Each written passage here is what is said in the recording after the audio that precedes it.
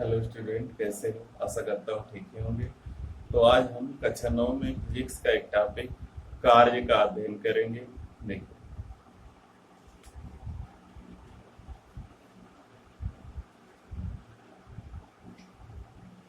तो देखते हैं, हमारे टॉपिक का नाम है कार्य, ऊर्जा एवं शक्ति। तो सबसे पहले इसमें कार्य है। कार्य क्या है? तो हम जानते हैं दैनिक जीवन में हम लोग कार्य क्या करते हैं। जो भी हम काम करते हैं, जैसे बोझा ढोना और कोई वस्तु उठाकर एक स्थान से दूसरे स्थान पर रखना, ये सभी कार्य कहलाते हैं। तो कार्य, लेकिन भौतिक विज्ञान में कार्य को तभी माना जाता है, यानी कार्य वह भौतिक क्रिया है जिसमें किसी वस्तु पर बल लगाकर उसे बल की दिशा में विस्थापित किया जाता है। अगर किसी वस्तु पर हम बल लगाएं और वस्तु बल की दिशा में विस्थापित हो जाए तो हम कहेंगे कार्य हुआ।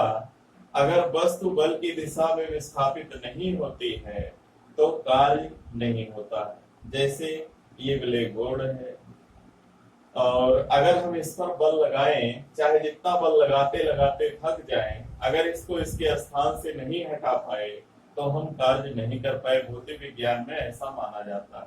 भौतिक विज्ञान में ऐसा बल को, यानी कार्य को इस तरीके से परिभाषित किया गया है कि वस्तु पर हम बल लगाएं और वस्तु बल की दिशा में विस्थापित हो तभी कार्य माना जाएगा, अन्यथा कार्य नहीं होगा। तो कार्य वह भौतिक क्रिया है जिसमें किसी वस्तु पर बल लगाकर उसे बल की दिशा में विस्थापित किया जाता है। तो ये हो गया हमारा कार्य। लेकिन सामान्य रूप में हम जो भी काम करते हैं उसको कार्य माना जाता है। अब देखते हैं हमारे सामान्य परिभाषा और ये जो भौतिक परिभाषा है कार्य की, दोनों में अंतर क्या है। एक नियत बल, नियत बल द्वारा कृत कार्य, कृत का मतलब किया गया,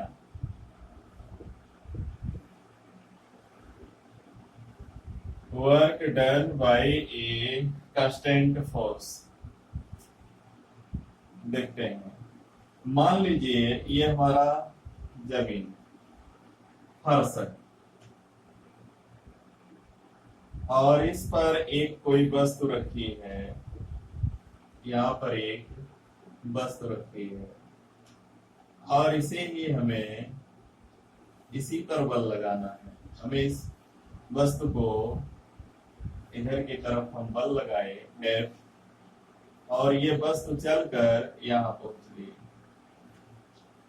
यही वस्तु जो है विस्थापित हो गई, जिधर बल लगाए उसी दिशा में।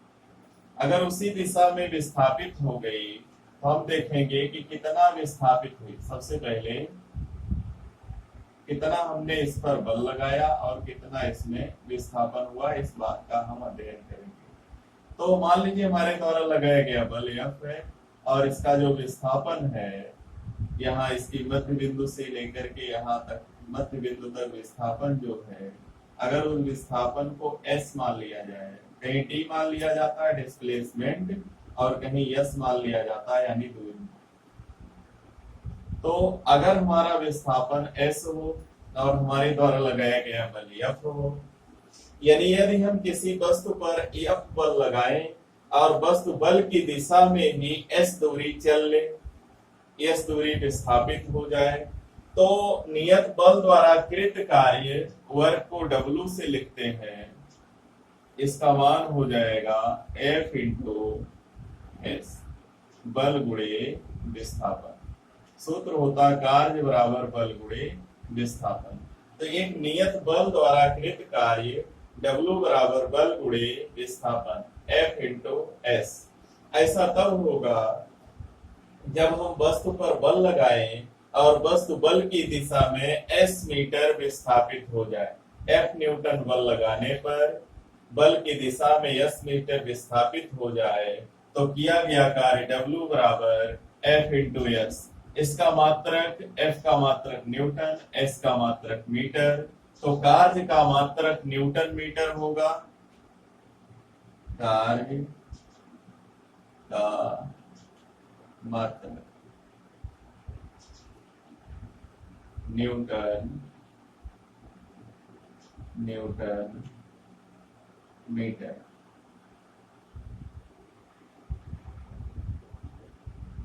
तो कार्य का मात्रक न्यूटन मीटर है, इसी को जूल कहा जाता है, इसे जूल कहते हैं, जूल कहते हैं।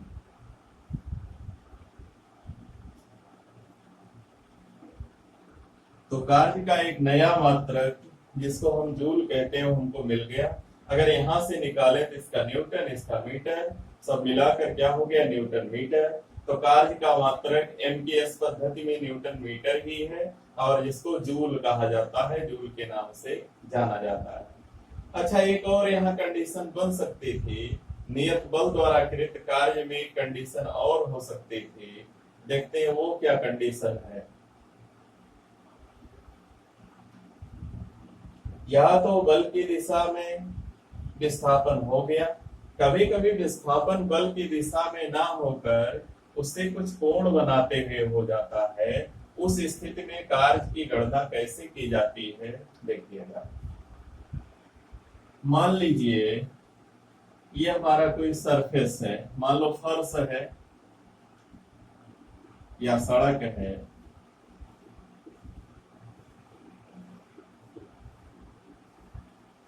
हमारा एक सरफेस है, प्लेन है,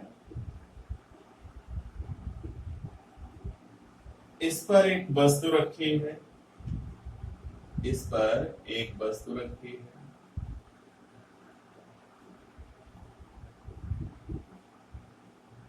एक व्यक्ति है जो इस पर ऐसे बल लगा रहा है या तिरछा, और वस्तु जो है इस बल F के कारण चलकर कुछ दूरी तय करके यहां तक पहुंच जाती है।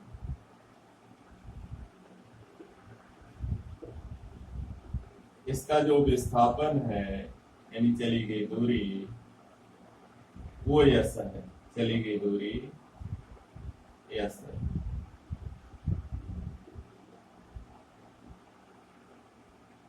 और देखिएगा यहाँ बल जो है किसी और दिशा में लगा रहे हैं, विस्थापन किसी और दिशा में हो रहा है। तो क्या हम यहाँ से ये मान ले बीच का कोण थीटा, या कंडीशन चेंज है। एक वस्तु है, इस पर हम किसी दिशा में बल लगा रहे हैं, क्षैतिज से थीटा कोण बनाते हुए बल लगा रहे हैं, और जो वस्तु है वो जमीन पर यानी क्षैतिज पर s मीटर चल लेती है। तो कभी भी जब हम इस तरीके का यहाँ मिले कोण थीटा और इसको हम मिला सकते हैं, इसको कहते हैं 90 अंश, ये कोण है 90 अंश, और इसको मान लें इसकी दिशा है F, या इसकी लंबाई को F मान लें और इसकी लंबाई को F1 मान लें और इसकी लंबाई को F2 मान लें। तो अगर यहां से हम लगाते हैं cos थीटा,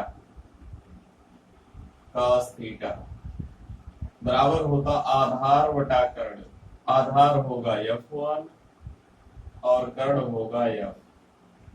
तो F1 बराबर होगा F cos थीटा।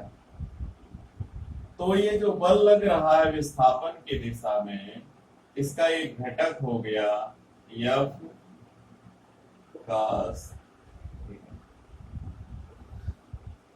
बल की दिशा में यानी जिधर वस्तु चल रही है विस्थापन की दिशा में जो बल F का क्षैतिज घटक है उसको हम F cos थीटा कह सकते हैं।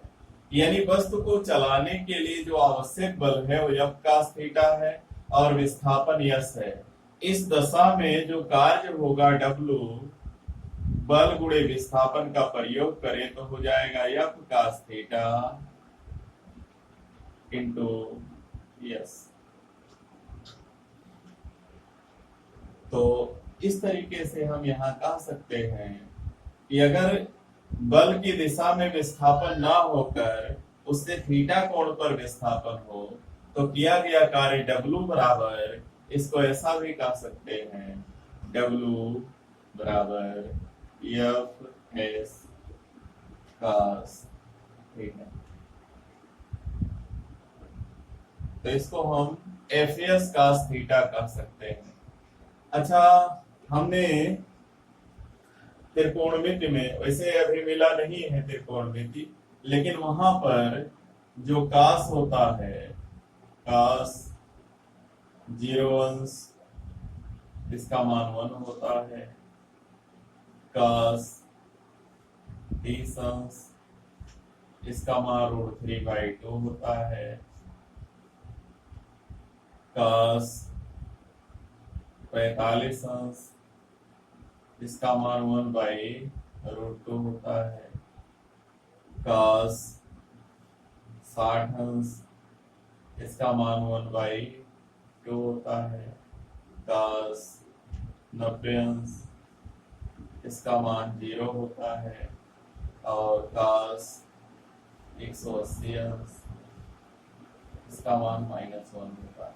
इसका अध्ययन हम लोग मैथमेटिक्स में करेंगे, लेकिन अभी इतना ध्यान दीजिएगा। तो मान लीजिए ये कोण जो है थोड़ी देर के लिए 0 अंश है।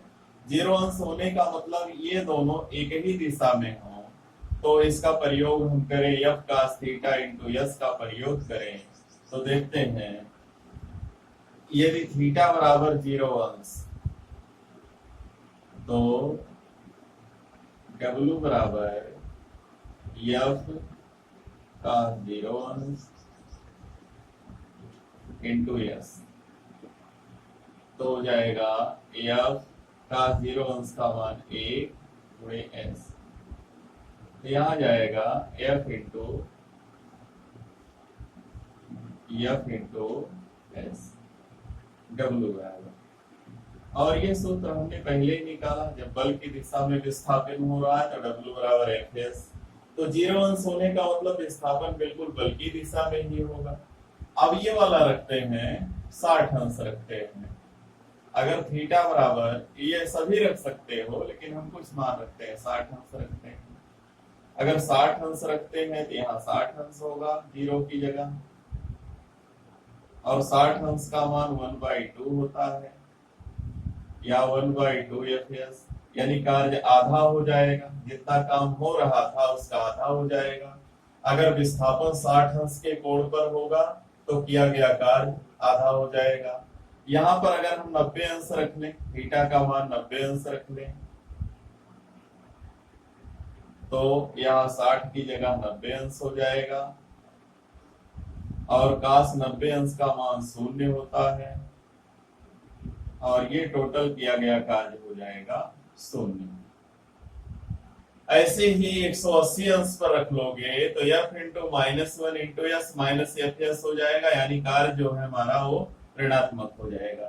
तो हमने देखा कि जब थीटा का मान 0 अंश है तो W बराबर एफ एस आया, और जब 90 अंश रखा तो 0 आया, 180 अंश पर माइनस एफ एस आएगा। तो इस तरीके से हम कह सकते हैं जब थीटा का मान 90 अंश है तो कार्य 0 होता है। इस आधार पर देखते हैं कुछ उदाहरण।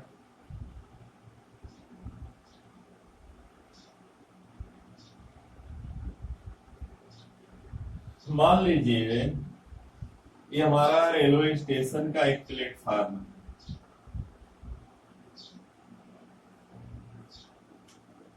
इस पर कोई कुली है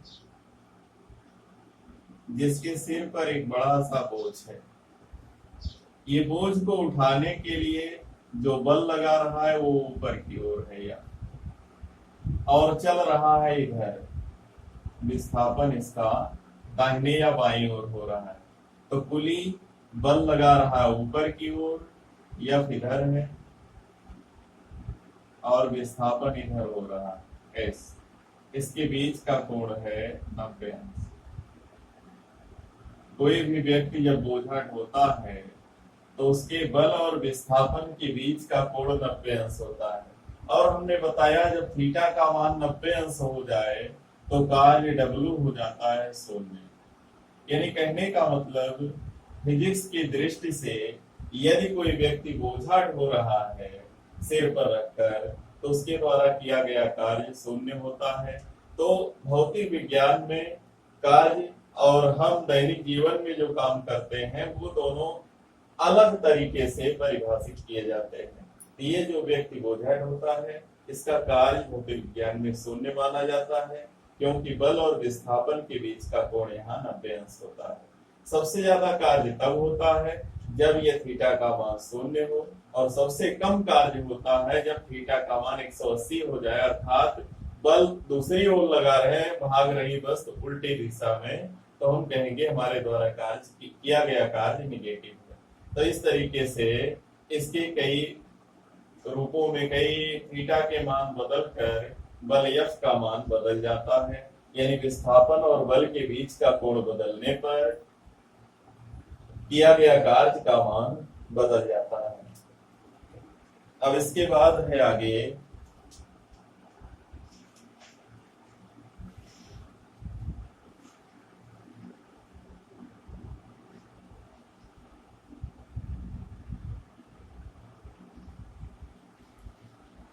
बस इसी की विशेष कंडीशन थी जो दिखाया गया था कि अगर थीटा बराबर 0 आ जाएगा तो W बराबर FS ही होगा, थीटा बराबर 60 अंश आ जाएगा, और हमने निकाला भी था तो W बराबर 1/2 FS हो जाएगा, थीटा का मान 90 अंश हो जाएगा, तो W बराबर हो जाएगा 0, थीटा बराबर 180 अंश हो जाएगा, तो किया गया कार्य W बराबर -FS।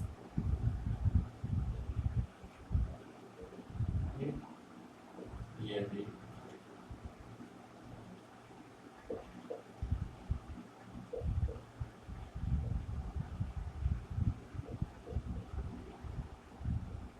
ये थीटा बराबर 90 अंश, तो ये भी थीटा बराबर 180 अंश, तो कार्य W बराबर FS। ये विशेष कंडीशन थी हमारी, जिसमें हमने बताया कभी पूछा जाता है कि किसी व्यक्ति द्वारा किया गया कार्य 0 कब होता है, तो 0 तभी होगा जब बल और विस्थापन के बीच का कोण 90 अंश हो जाए, अथवा लगाया गया बल 0 हो जाए, अथवा विस्थापन 0 हो जाए। यानी यदि हम बल ही ना लगाएं तो कार्य नहीं होगा, यानी बल कितना भी लगाएं और विस्थापन नहीं हो तो कार्य 0 होगा। यदि बल और विस्थापन के बीच का कोण 90 अंश हो जाए तब भी कार्य 0 होगा। 3 स्थितियों में कार्य 0 होगा, या तो F और S दोनों 0 हो जाए, F 0 हो जाए, या S 0 हो जाए, या दोनों 0 हो जाए, या तो थीटा का मान 90 अंश आ जाए तो किया गया कार्य 0 होगा। जो कार्य अधिकतम होता है वो थीटा बराबर 0 अंश पर, यानी बल और विस्थापन के बीच कोई कोण ना बने, यानी जिस दिशा में हम बल लगा रहे वस्तु का विस्थापन भी उसी दिशा में हो, और 60 अंश पर 1/2 होता है। यानी जैसे जैसे थीटा का मान बढ़ता जाता है 0 से 180 की तरफ, वैसे वैसे कार्य का मान घटता जाता है। तो बस कार्य में इतना ही है, कार्य में इतना ही है। अगले वीडियो में हम ऊर्जा का अध्ययन करेंगे। तब तक हमारे वीडियो को लाइक कीजिए, शेयर कीजिए और चैनल को सब्सक्राइब कीजिए, और सरकार द्वारा निर्धारित लॉकडाउन नियमों का पालन करते रहिए। धन्यवाद।